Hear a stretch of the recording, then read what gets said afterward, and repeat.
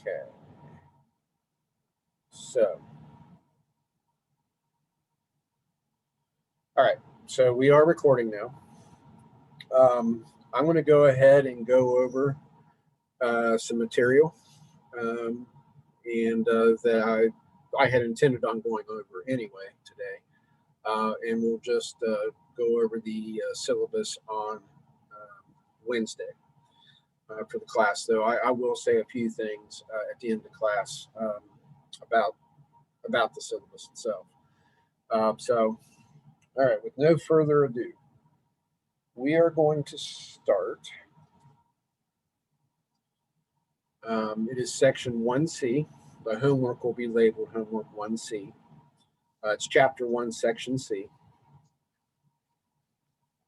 And so 1C is all about sets. All right. So first off,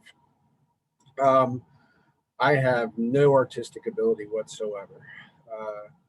And I try to write as neatly as I can. I try to speak as clearly as I can. If I write something, and sometimes I will just kick the cursive without even realizing it. And so my point here is if there is something you cannot read, a word you cannot read, don't hesitate to ask a question. Just pipe in, say, hey, or you can chat it. You can hit the chat option and chat it in. I will never be offended. I would rather you ask than guess. If I'm not being legible enough. So don't hesitate to ask a question. Now, that will be another theme that I would be put a part of the going under the over the syllabus in terms of how I conduct class, whether we are in a Zoom session or actually in a classroom setting. We learn by asking, and you're making the time investment and the money investment to be here. So don't ever feel embarrassed or feel like, hey, everybody else understands this but me, because that's a myth. This is a math class. And so there are no dumb math questions. If you don't understand something, do not hesitate to ask. You will find, hopefully quickly, that I'm very easy with questions, and very patient. So I will never belittle you or make fun of you for asking a math question. So do not hesitate. All right. And we'll circle back to that theme of questions several more times this week. So I look for the questions. In fact, there's homework problems I assign. I know they're going to ask a question on this, so I look forward to it. Right. So anyway, and I really haven't discussed yet what this course is all about. And very briefly, it is a survey course, which means we just do a sampling of topics. And sets and set notation and the whole concept of sets is just very fundamental to mathematics in terms of it is kind of the universal language of mathematics, and everything can be put in terms of sets. So what is a set in terms of a definition? It is simply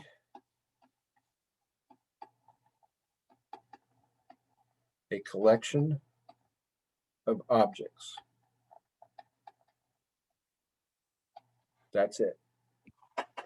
Now, a set is well defined so long as, given any object, I can clearly, without any ambiguity, determine whether that object belongs in the set or doesn't belong in the set. So if there's any question, and then the set was not well defined. If you can't clearly determine yes or no, it belongs. Now, in terms of how we define sets and set notation, I'm actually going to do a couple things here. I'm going to go over the sets of numbers, commonly used sets of numbers, and then use this for two things. One, to go over the different sets of numbers, the different types of numbers we work with in mathematics, and two, set notation, kind of hitting both. So the first set I'm going to list, we're going to call the natural numbers, or the naturals. Sometimes you will hear these referred to as, that is a U, the counting numbers. Okay. Now, it is, and I'm not exactly sure this is well put out in the textbook itself, but very standard, a capital N bolded with a kind of a double bar here. And so you can use these capital letter designations for sets. Now, that doesn't really clearly define it, other than that is what's used for the naturals. Then we use what's called a brace. So it kind of looks like a sideways bird. Now, if you can't draw that real well, use squigglies. Doesn't have to, it's not a parenthesis and it's not a bracket. So kind of a squiggly line, but it's called a brace. And anything we put within these braces belongs to the set. Now, one way we can list out elements, and I should say, terminology-wise, the objects are called elements. So any one object of a set is called an element of the set. All right. So we can use what's called a listing method, where I list out the elements of the set. Now, the counting numbers are natural numbers. Start at 1 and go 1, 2, 3, 4, 5. And we're not going to get into a rigorous definition of infinity. We can just simply think of it. It goes on and on and on and on without ever ending. And that means I could keep counting forever. Now, if that's the case, I can establish a pattern and then use ellipses, which means continue on in that same pattern. And then I'll close with another brace here. And that will be what we call the set of natural numbers, or the naturals, counting numbers.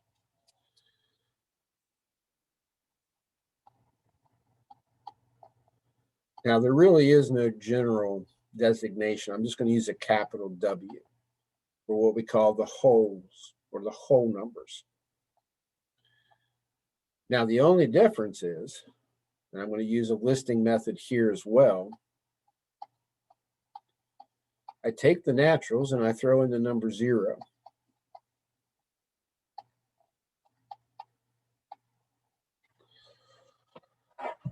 And I have myself what I call the whole numbers. All right. Now, after that,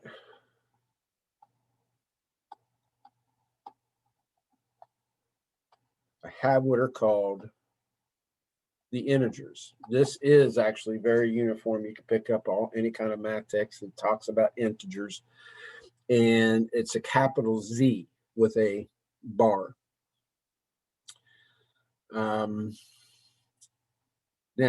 what we do for the integers is we take all the natural numbers, every single one of them, and make them negative. And then we add to that all the whole numbers. So it looks something like this. I can go dot, dot, dot, -3, -2, -1, 0, 1, 2, 3, and then onward like that. So kind of pausing for a second, first thing we observe is you can be a natural number and a whole number and an integer. So such as the number 7. 7 is natural. It is also a whole number and it is also an integer. So you can belong, number can belong to multiple sets of numbers. But like 0, 0 is not a natural. It is a whole, it is an integer.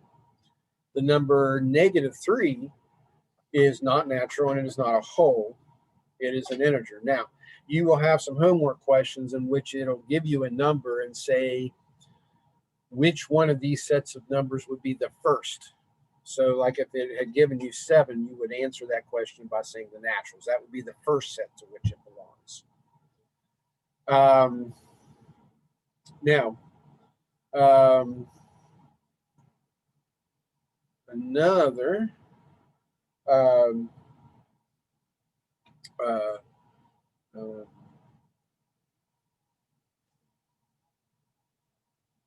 set of numbers, if I look at what I have so far and I say, well, what have I not taken into account?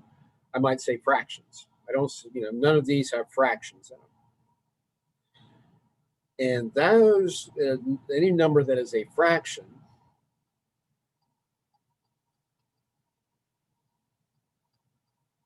belongs to the set of what we call rationals. And this is standard, a capital Q bolded with kind of a bar right there, or even a double bar. Okay. Now, I'm going to actually do this in 2 ways.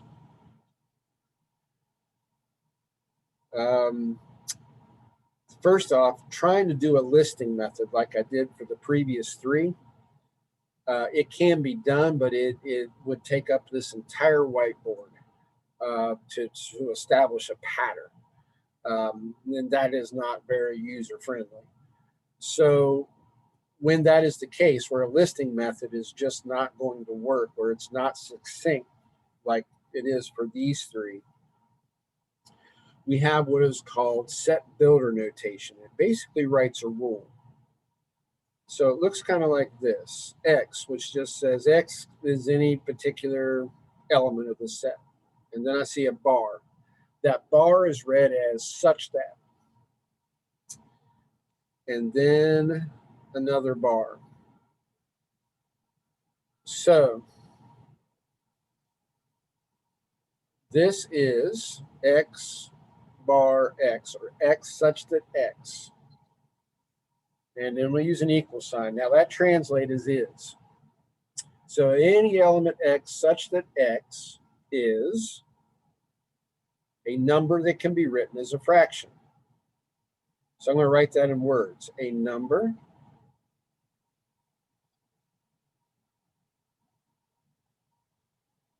that can be written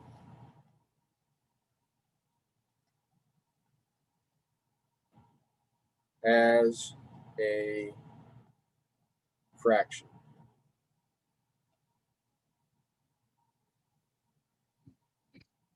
All right. Now that includes a lot of numbers in decimal form, say like 0.5. 0.5 is in fractional form 1/2. 0.3 repeating as a fraction is 1/3. Right. So any number in decimal form that repeats or terminates can be written as a fraction. So they are all rational. So best, most succinct definition is any number that can be written as a fraction. Now, all of these numbers, incidentally, can be written as fractions. If I take -2, I can always write -2 over 1. It's still -2. So all of that is, all the naturals belong to the wholes, and all the wholes belong to the integers, and all the integers, straight line, all the integers are rational. All right. So this second one, I'm going to just It's not in our particular book, but just so you can see how it looks with instead of just writing it out in words, that is using some mathematical shorthand.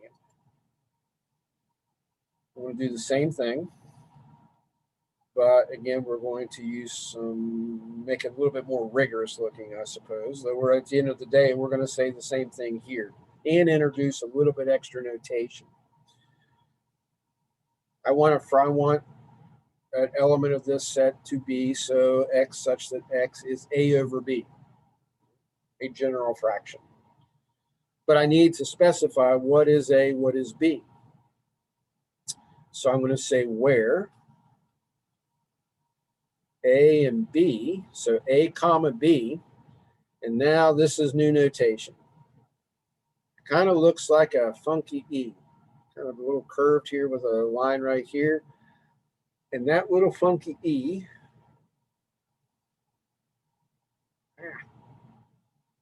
is element of, means element of. So that is basically a way for me to say, okay, these two things belong to, element of. So when I look at my previous sets, what is a fraction in general? It's a quotient, which means division, top divided by bottom, which is a fraction, of integers. So a and b are some integers. Now I need to put in one little extra thing here so we've covered all bases. What number can you never divide by? There's only one. 0. 0. Can't divide by 0. It's undefined. It's impossible. So I can't have b in any fraction. It's always top divided by bottom. So you can never have a fraction where b, that is the bottom, is 0. So we just say b can't equal 0. And there would be a much more formulated way using mathematical notation to write the set of rationals. All right. Any questions thus far? These sets of numbers. Okay. So from there, we are going to talk about two other sets of numbers.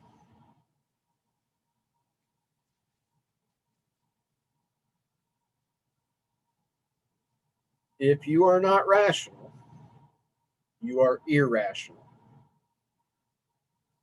Yeah, let me see if I can spell that a little better. All right. Now, since a rational number is any number that can be written as a fraction, an irrational number, so we'll just say irrational, and we're just going to say is any number x such that x cannot be written as a fraction.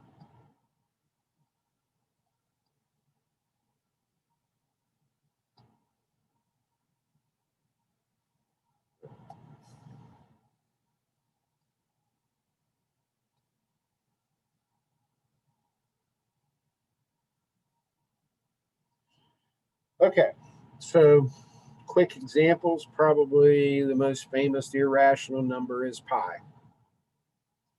Right? And the deal with pi looks like this. It's Greek letter, small case, pi. Pi, and this means approximately, is approximately 3.14.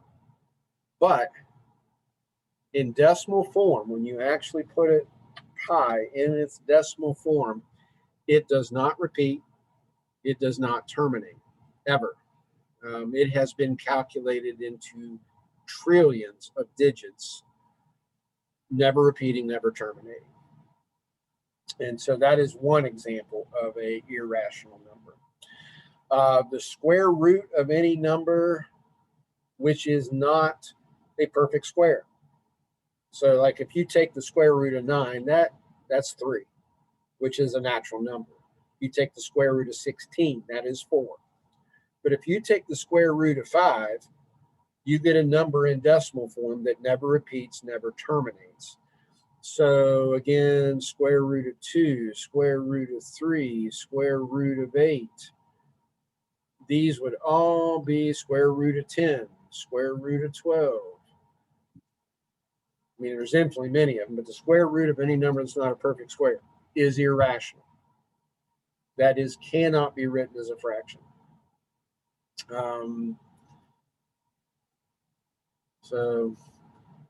One other, if you go on, eventually take, if you go into a STEM type program and take college algebra, you will discover there's a number called E.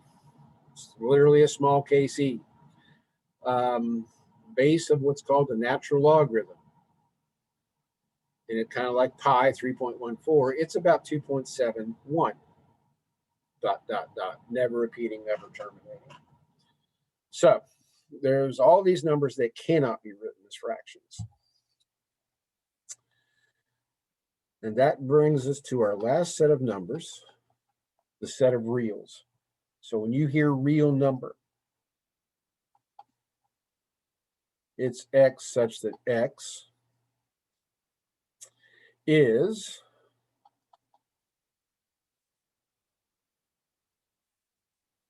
rational or irrational.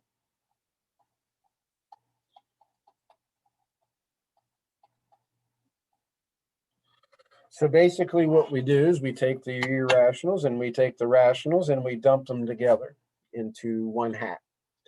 And that we call the reals. Notice there would not be anything in common between the rationals and irrationals, because the rationals are all the numbers that can be written as fractions, and the irrationals are all the numbers that can't be written as fractions. So they have nothing in common.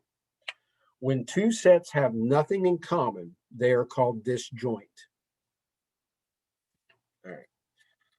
So I'm going to turn our page. I can always bring a page back if you need to see it. So disjoint sets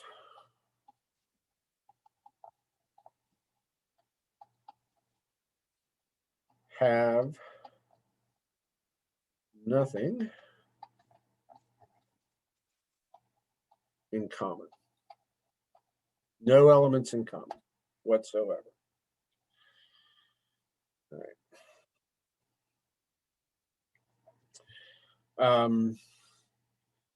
Which means, and we should, this is again, very important concept. I've got, this is actually the Greek letter phi. It's a 0 with a line through it.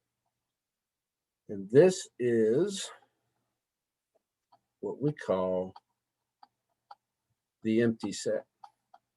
Now you can also use two braces with nothing in between to represent the empty set. The empty set is the set with no elements, but it is a set in and of itself. And we have to have that concept, of the void, of nothing. It is a possibility. So when we talk about taking two sets which are disjoint and saying what's in their intersection. Now the word intersection, if you think about like two streets meeting, where they cross at that point of the two streets crossing, what do we call that? We call that an intersection. It's what the two streets have in common, that one little area where the two streets cross each other. In mathematics, in set theory, intersection is always between two sets. What do they have in common? And anything they have in common is in the intersection. So the intersection of the rationals and the irrationals is empty. There is nothing in common. And again, we call it, again, two sets whose intersection is empty. we call them disjoint sets. All right. All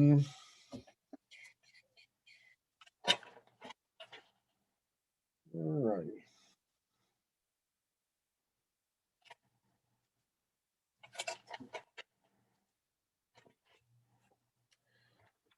So, let's do this.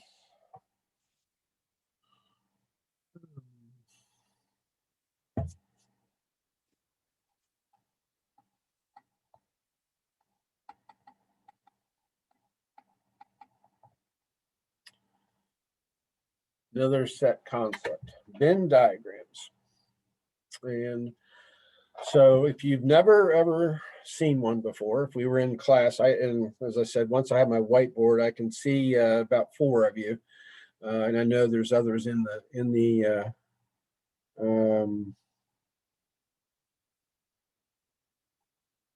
um,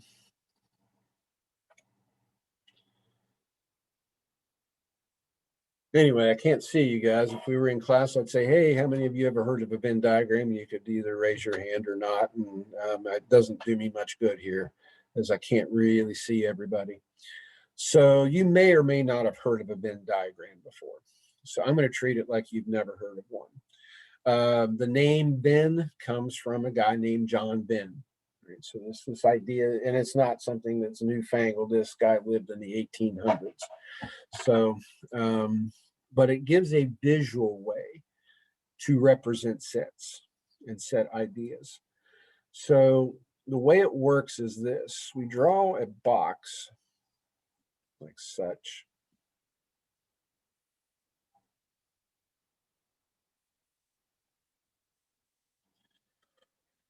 And then, so this box, that whole space represents what's called the universal set. It's the biggest set possible. It's the universe.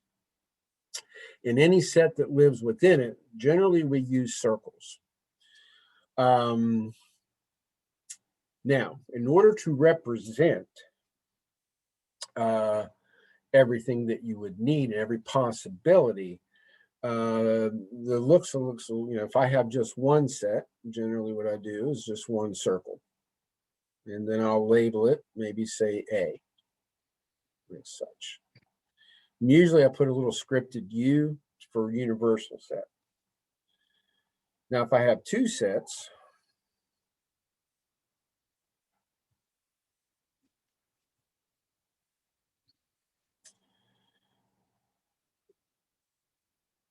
it looks like such. And so notice what I'm doing is I have them overlapping so that I can figure out what belongs to just A and not in B, and what belongs in B and not in A, and what elements are in their intersection. That is, what do they have in common? All right. And if I were to do 3 sets inside my universal set, it would look like this. So this is very standard.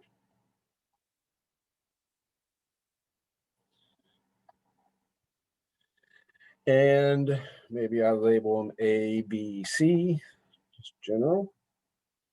But I have, now, another thing to notice is one set inside here, I have 2 regions. What's in A, what's outside of A. If I have 2 sets inside here, I have 4 regions, 1, 2, 3, 4. If I have 3 sets, I have 8 regions. 1, 2, 3, 4, 5, 6, 7, 8. And in that 3 set situation, there is one region where all 3, this area right here, all 3 sets overlap. And then I have these 1, 2, 3 regions where 2 of the 3 overlap. And then I have 3 regions where there is just, just the things in A, just the things in B, just the things in C. And then there's the 1 region outside of all 3. Now, we will never go beyond that. If you go to 4 regions, 4 sets in there, you will have a total of 16 regions. And you can't do it with 4 interlocking circles. It starts to look a little squirrely. It's actually 2 circles and two kind of shapes that look like kidney beans. Um, and I'm not going to even go there right now. So you won't have anything more than 3 sets in terms of Venn diagrams. Okay. Now, sometimes if like 2 sets are disjoint, I may just put 2 circles, not even interlock them, and just do 2 circles and do not show the overlap. If I'm putting in the numbers that belong to each region and there was no overlap, then I put the number 0 in here, so on and so forth. Okay, any questions on Venn diagrams?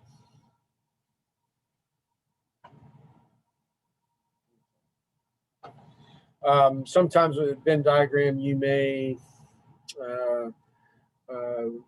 have 2 sets and one is a subset of another, such as if I were to try to kind of do a Venn diagram of our sets of numbers, I may do the naturals. And then remember, all the naturals are in the what? The whole numbers. And all the integers, or all the wholes, are part of the integers as well as the naturals. And then we have the what? The rationals. All right. Again, I am terrible artistically. And then we had the what? Set of irrationals, kind of like this poor lost stepchild of numbers. There was nothing in common with the rationals or any of these sets here, so we'll put an I just for irrationals. And if we make this entire box a set of what? Reals, remember all the irrationals plus all the rationals comprise the set of reals. There would be a Venn diagram for our sets of numbers that we went over earlier. Okay.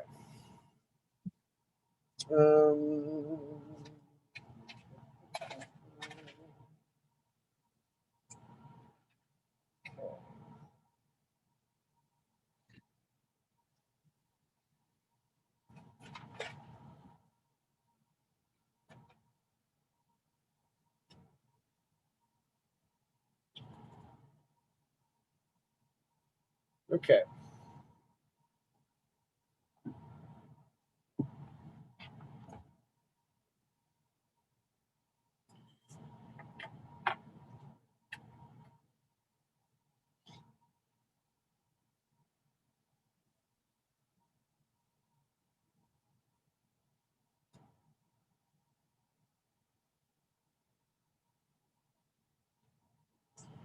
All right, so we've got some homework problems that we are going to be looking at.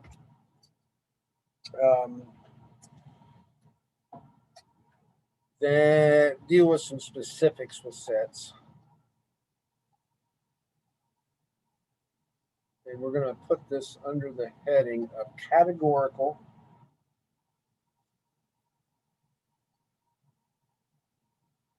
propositions.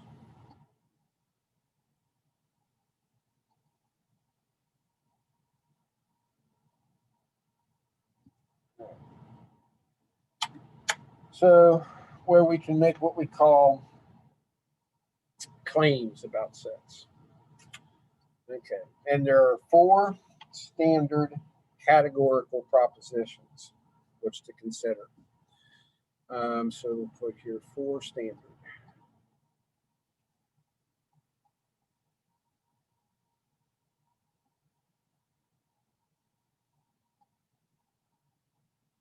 Standard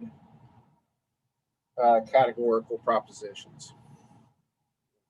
Now, every time we're dealing with a categorical proposition, we'll have a subject. And this is going to start to sound like a grammar class. And something that we're talking about with said subject, and that is called a predicate. Okay. So,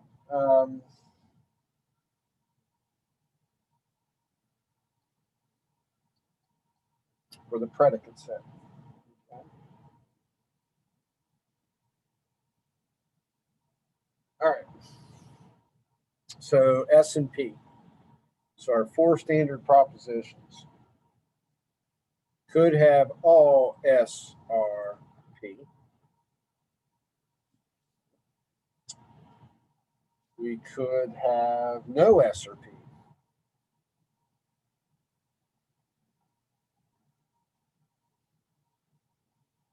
We could have some S or P.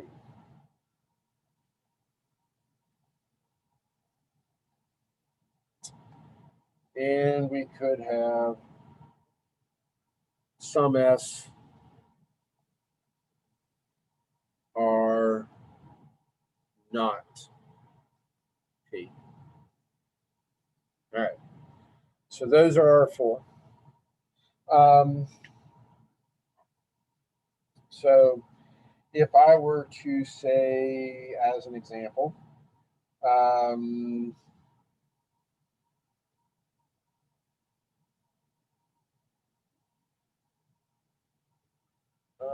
let's see. If S was whales and P was mammals,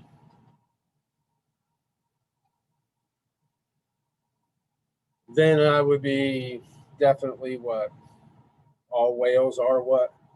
Mammals. If I were to make the subject say, uh, uh,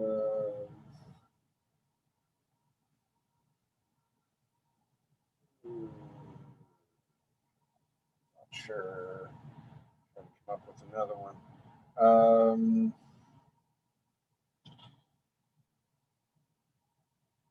But this one would fit this one because all whales are mammals. Um, if I were to change my subject to say fish, then no fish are mammals. So it would fall under this one.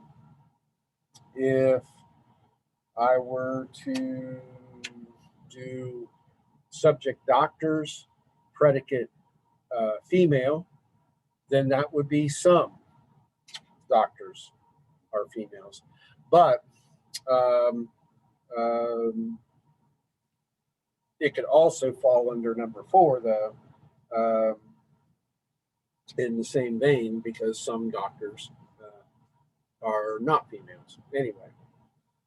But they're just ways we can categorize. Now, if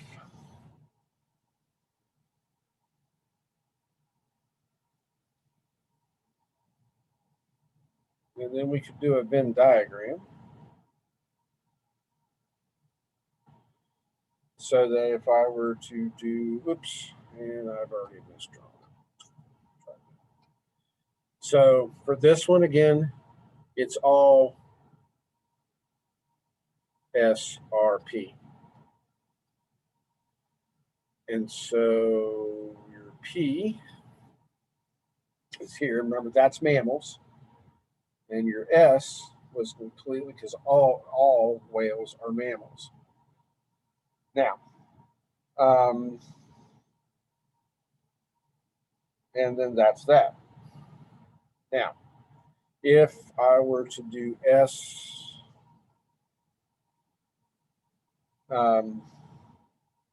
is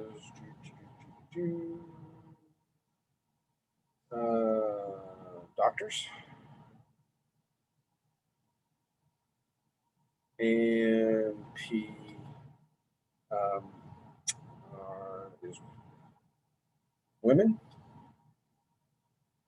Then again, there are two possibilities here, depending on which proposition you were looking at this as. Because in this case, you would have two sets and they could overlap.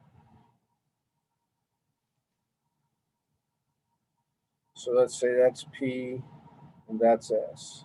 P and that's S. All right, so for this one,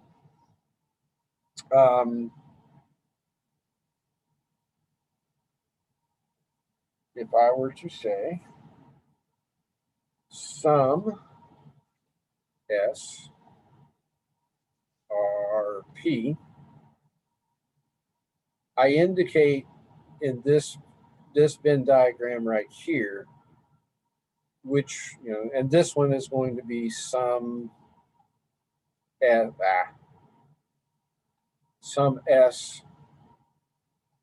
or not P.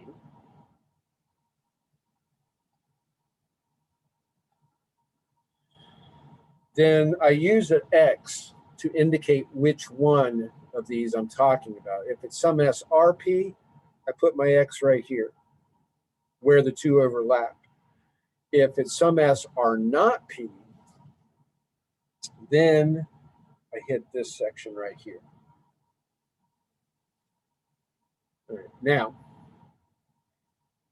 and the only one I didn't do was no SRP. Like if I had just changed my subject to fish, and then you draw the two circles which aren't overlapping at all. All right, so for these last two, again, we need to use an X to indicate, which one we're talking about. Some are, or in the other case, some are not. All right, and you have a few homework questions where you'll do simply like that. And that is decide which one would be correct in terms of is it if you're given some SRP or you're given some S or not P. All right.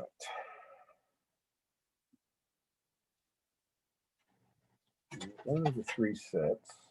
I think we've fairly touched on everything I wanted to touch on. Okay. All right. So I've already, I even on summer terms, I don't usually like on the first day to do a total wipeout session, which if I keep on going, that's where we're headed. So I've already hit you up with about an hour's worth of lectures. So, but I've given you enough to get through that first homework section in 1C. And so I want to use the rest of our time here for just to go over some general things about the class, even though I am not able to call up, I have to figure out what's going on there, but I can't call the syllabus up as I'm talking. So I'm going to attempt to at least call it up so I can look at it. Okay. All right, so you would have received a course syllabus. Now, once you are in the platform, in my math lab, there is under communication tools is something called document sharing. And the syllabus is uploaded into, I can upload any document I want you to have access to in document sharing. And the only thing in there right now is the course syllabus. So it's always there. You can't lose it. Even if you accidentally delete the email that I sent this morning, the syllabus is always in document sharing. So it's in the platform. And so it's got the general information. This is summer 21, it's math 120, CRN 138. That's CRN stands for course reference number. So that is particular to WVUP. Every single section has its own unique course reference number. And ours, again, for this summer term is 138. List out the class hours. I do not list office hours. I never carry office hours during the summer, though I can make time outside of class. We can do extra Zoom sessions if needed. That's never an issue. Again, my name is Chris Cunningham. Mr. Cunningham's fine. You can just call me Chris, and I'm fine with that as well. I've had students, there's at least one or two always like to call me Mr. C. I don't care. So I will answer to any of the three. My email is fairly easy to remember. It is chris.cunningham@wbup.edu. So, and that's listed. I have an office phone, though. I'm very rarely at the office, but it is 424-8336. And there is voicemail there. In the other handout, in terms of how to register for the class, you're given the course ID. That is, so once you have an account with Pearson, MyMathLab, that course ID is what you use to find our particular class. And it's my last name, Cunningham, and then 5 digits. It is 59417. That is on the syllabus. It is also, again, on the handout that I gave, the second attachment, to get into the course.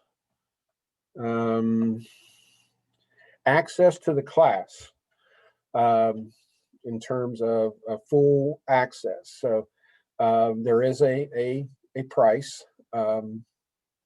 Just get the 18-week option.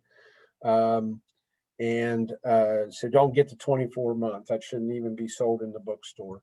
And but if you pay online with a credit card, which you can do, select the 18-week option. That is your cheapest option.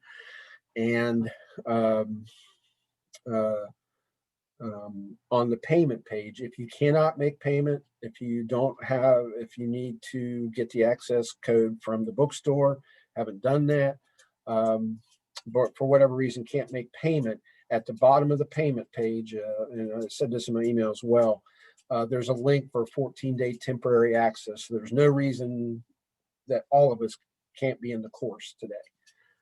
So you can use that option, and then every time you log in, you will see, once you log in, it puts you on your courses page, which if you've never had MyMathLab, you'll only have this course.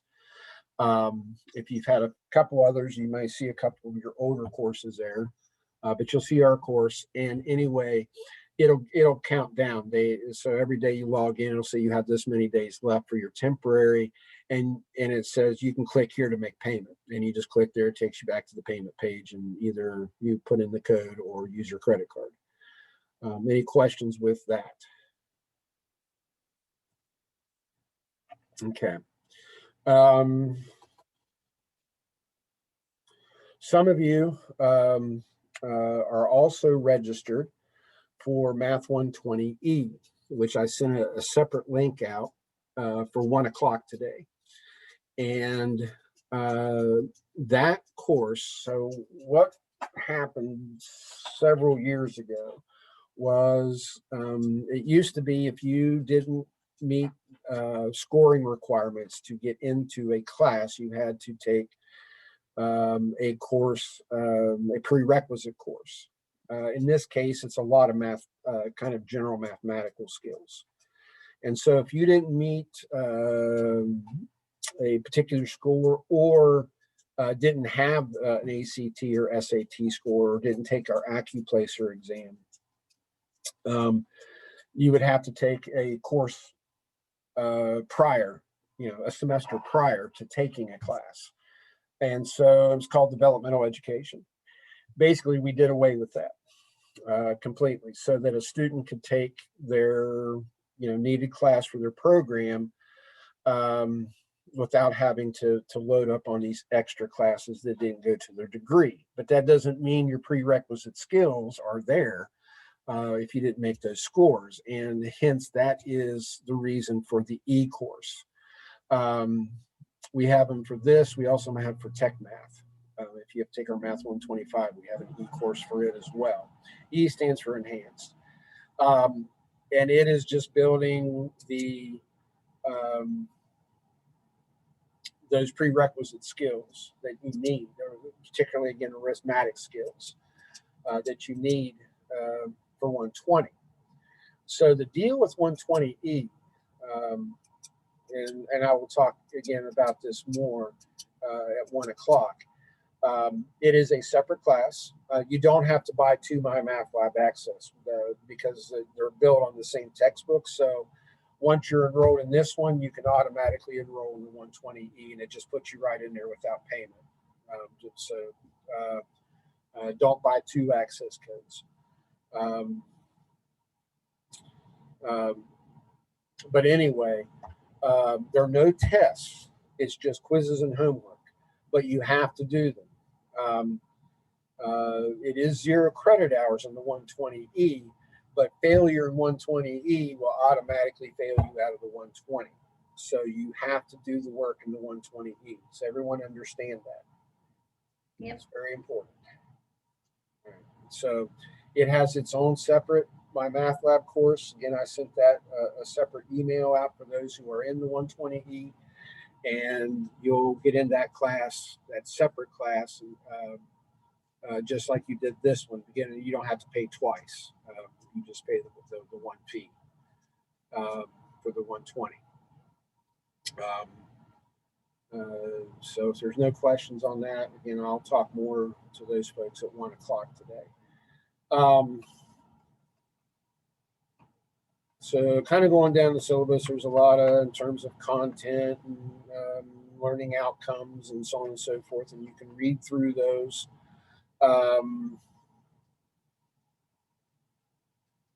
Now,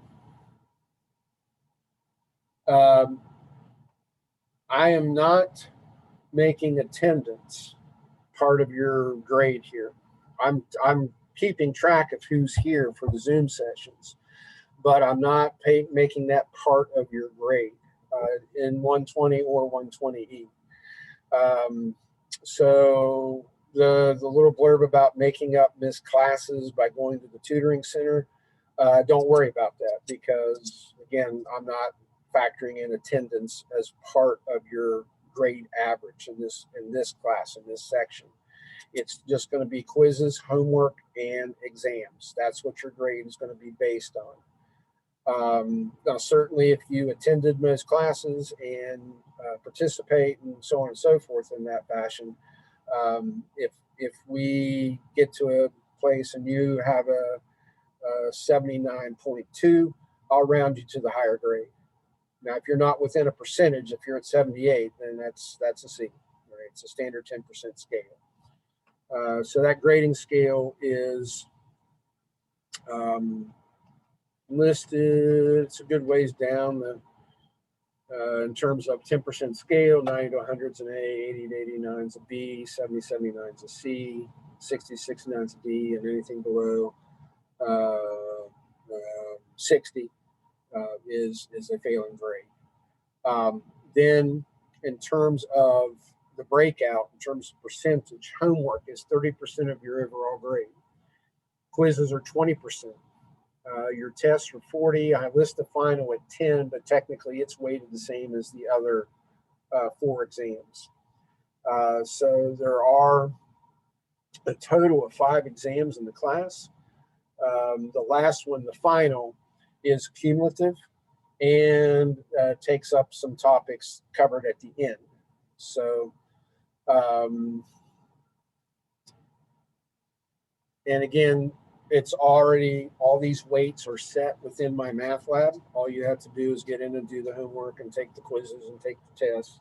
And MyMathLab automatically factors it all and gives you your overall grade. It will also give you, on your grade book, a breakdown of your homework score, your quiz score, and your exam score. Homework, again, can be done in a limited number of times. So you can do every single homework problem. That is, you can have 100% of all homework problems correct, get your full 30% of that portion of your overall grade. The way it works when you do a homework problem, it's kind of like baseball, 3 strikes, you're out. If you miss, you put in an answer in the field, you hit check and it says wrong, you get 2 more swings. On the 3rd swing, it's counted as incorrect. But right there at the bottom, you will have a tab that says do a similar problem. Has a random number generator. It gives you the same problem, different numbers. And once you get it correct, then the problem is counted correct. And again, you can do that an unlimited number of times. The quizzes, I have to go in and make sure they're set. I haven't assigned any yet, but I just need to make sure it's set that way. But it will be set that way that you can take the quizzes an unlimited number of times. The only difference with quizzes, they're dress rehearsals for an exam. You can't, if you take a quiz and I just arbitrary number, say it has 10 problems and you get 7 of them correct, you miss 3. You can't cherry pick it on that second. That is, you can't just do the 3 you missed. You have to take the whole quiz again, and highest score counts. So it's not an average. So if you take that quiz 6 times, as far as the grading goes, it's only going to count your highest score. So you can never hurt yourself by attempting it again. But I'll allow unlimited number of attempts on quizzes. Exams, you get 2 swings at. That is, you can take it twice. Everyone clear on that? Okay. And so that is that. So, and then I do list out the order of which everything is laid out. And once you get into my math lab, it is going to be laid out in the same order, which you see on the syllabus in terms of the content. We started with 1C today. You'll find that, you should find that spreadsheet towards the bottom of the syllabus with the content for this particular class. Okay. Again, there are 3 of you in the class. So your assignment for today will be 1C. I'm going to go ahead right now and make our first assignment. So today is the 14th.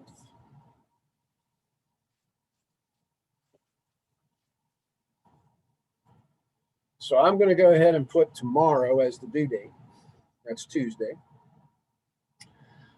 But again, remember, and I'll remind this several times, you can always work past the due date. So it is not my expectation that you have every single problem correct come Wednesday morning at 11 when we meet again. The problems that you have trouble with, I bring those to class and say, hey, can we go over these problems? And that's how we'll start class, is going over the homework problems. I've been known to take a half hour to 40 minutes just working on homework, right? But I need you to have gone in and tried to work them prior, right? So for that to make any impact in terms of learning for you, you have to get in there and struggle a little bit. Now, another thing, if you've never used my math lab, incidentally, on the homework, as you do a homework problem, up in the upper right-hand corner of the window, you will see help tools. And there's several. Now, you don't always get them for every single one.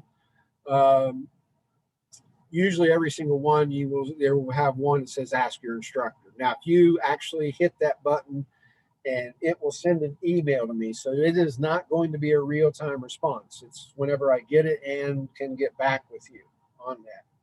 So it's not real time. It'll also have show me the textbook, and it will take you to the page. It will bring up the textbook and take you to that page that concept's being talked about, but doesn't necessarily help you with that specific problem. 2 other options that a great many of our homework problems have are Help Me Solve It, which walks you through that very problem. Now, the only thing with that is once you get it completed, then it gives you another problem with different numbers and you have to work it for credit.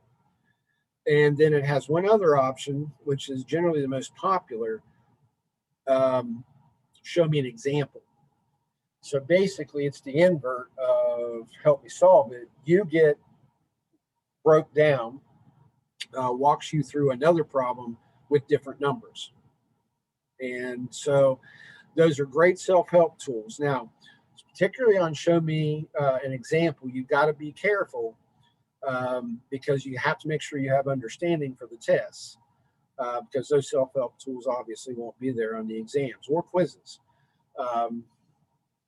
So you have to be a little bit careful in terms of over-reliance on using those tools. But I do encourage you to use them. And then again, on the problems, even if you get the answer right, but you're not totally confident you really understood the problem, write that number down. So 1C, and I want you to work, number 5 and number 10. And bring those to class on Wednesday, the ones that you have trouble with. So even though I put the due date in for tomorrow, we won't meet again until Wednesday. The due dates that I put in there on my math lab again are for pacing. So that okay, I need to make sure I try to get all these done, as many as I can before this date, and so on and so forth. But it's not, don't panic if you don't have them all done. All right, and click allow students to work and change score due date. That is done. And I have assigned it. They're also within my math lab. If you go on your main menu, there is what's called the multimedia library. And if you click on that, and then you would go to chapter 1, say, and then say go to 1C. It will give you all kinds of different media, but there are videos, lecture videos by other instructors over this material. So that's another resource you can use in terms of helping you out. So it should also be pointed out as we move forward. This was put together originally as a hybrid course, which means we don't actually meet. If we were to meet all the minutes required, we would have to meet a couple hours a week, every day of the week. Right? We're only meeting twice that we have scheduled. So there will be times I make assignments that, I won't be able to lecture over everything. And a lot of our time will be spent, kind of flipping the classroom, or we're just going over problems and so on and so forth. So, though today, everything that I assigned, I did talk about. So, all right, I'm going to go close that, stop share. And I will throw it out there. Are there any last questions before I let you go today?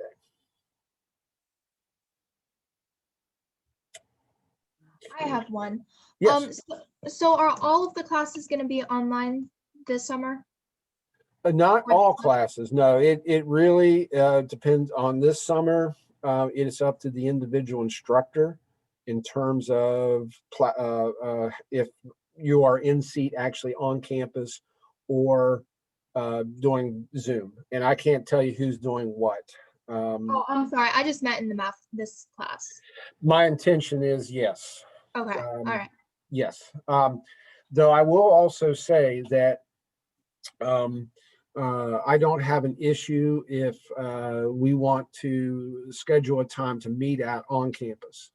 I'm okay with that. I mean, I'm not. I mainly did this.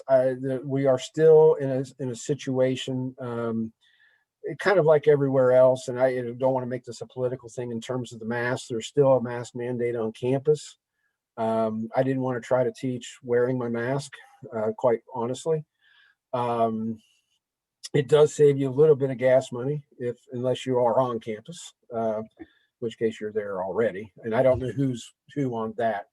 So I just decided that I was going to wait till fall before I, actually come back and teach in the classroom. I'm very much looking forward to it, for sure. But again, if it's a situation where we would like to, to work on something out, at WBUP itself, we can make that happen. Right. So that is not a problem. But my intention for this class is it will be done via Zoom. And I will, I'm still recording right now. I will be recording every session. And then I use a YouTube account, and I'll give you the link to that. So again, you can go back, and of course you can fast forward to any section you want to see, if there's some content you want to go back over, hear me talk about. Okay, it's a great question. So, Thank you. any other questions? So,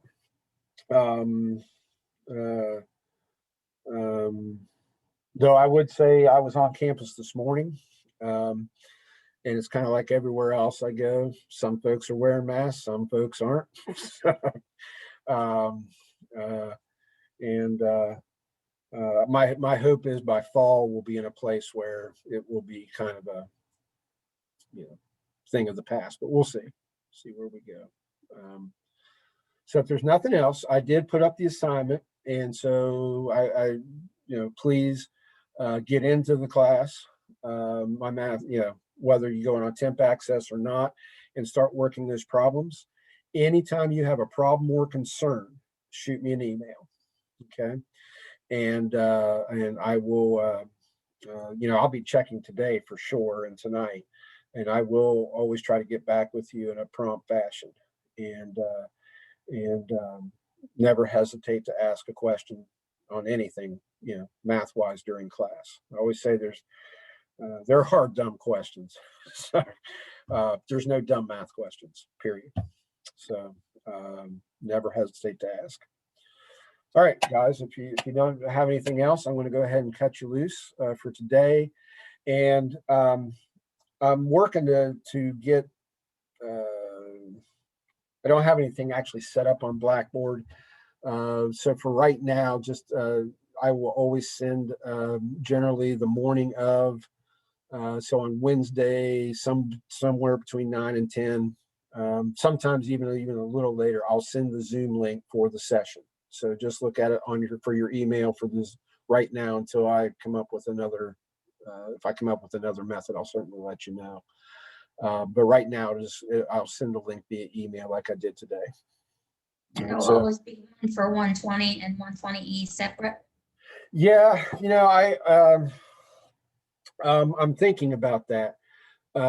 It would be easier because technically this class ends at 12:50, and then the 120E begins at 1 o'clock. Right. And so it would be easier if I just sent one link, and but I haven't quite figured that out yet. So I anticipate I would like to do that. I would like to just be able to send one link and have everybody get in. We have a few students who they had already received permission from me last spring. They're in our a program that requires them to in our tech programs. They are actually in class right now from like 9 till almost 1:15. So they can't be, there's just no way they can physically be here for Right. this class, which is another reason I want to make sure I record these Zoom sessions.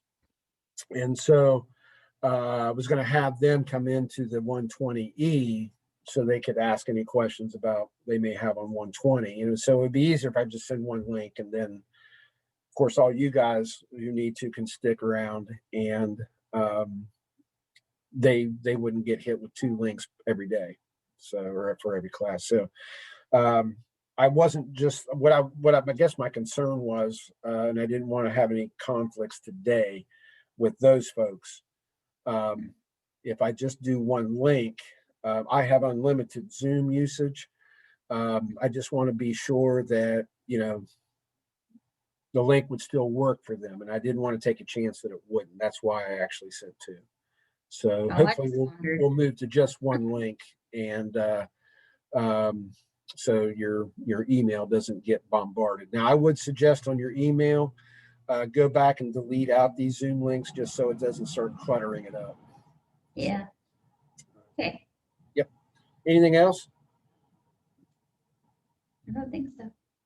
All right, gang. So if you are in the 120E, I'll see you at 1 o'clock. And if not, I will see you on Wednesday. Okay, All right, thank you. guys. Yep, we'll see you.